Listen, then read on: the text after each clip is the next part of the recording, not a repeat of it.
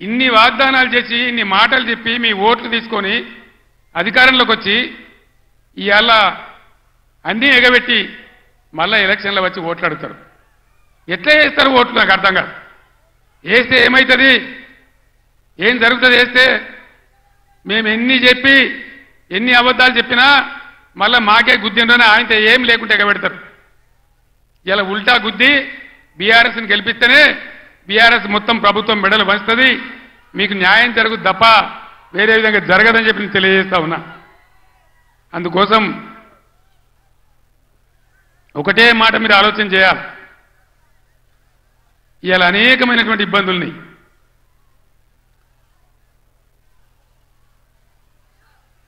ఈరోజు మంచి అభ్యర్థులను పెట్టినాం, మంచి అన్ని విధాలుగా మిమ్మల్ని ఆదుకునే పద్ధతిలో వాళ్ళు పనిచేస్తారు, వాళ్ళని గెలిపించాలని చెప్పి నేను మిమ్మల్ని కోరుతా ఉన్నా.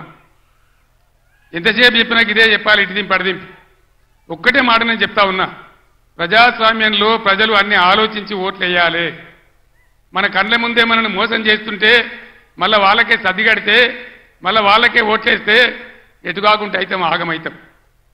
సంగమేశ్వర బసమేశ్వర కావాలన్నా, కాళేశ్వరం పనులు పూర్తి కావాలన్నా, కడుపు నిండా మళ్ళీ నీళ్లు రావాలన్నా, కరెంటు మంచిగా రావాలన్నా ఈ ప్రభుత్వాన్ని మెడలు వంచాలి. నేను ఇంకో మాట కూడా మీకు చెప్తా ఉన్నా, వాస్తవంగా వాళ్ళు గెలిచినరు, మాకేం ఓర్వలేనితనం లేదు.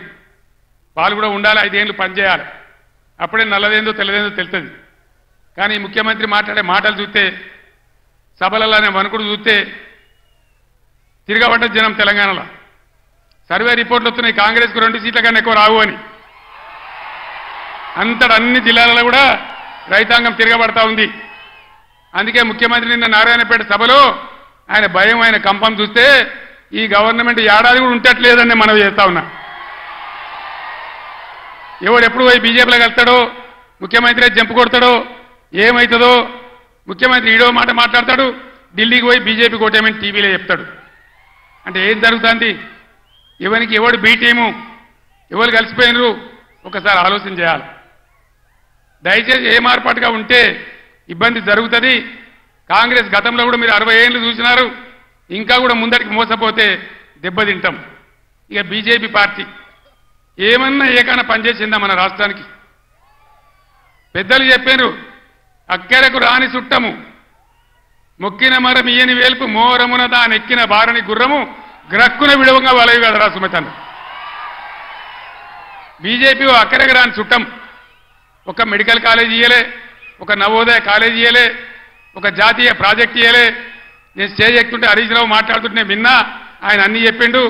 అవన్నీ 100% కరెక్టు. బీజేపీ కోటేసినా మన మంజీరా నదిలో వాడిసిన గంతే, అది ఎందుకు పనికిరాదని మనం చేస్తా ఉన్నాం.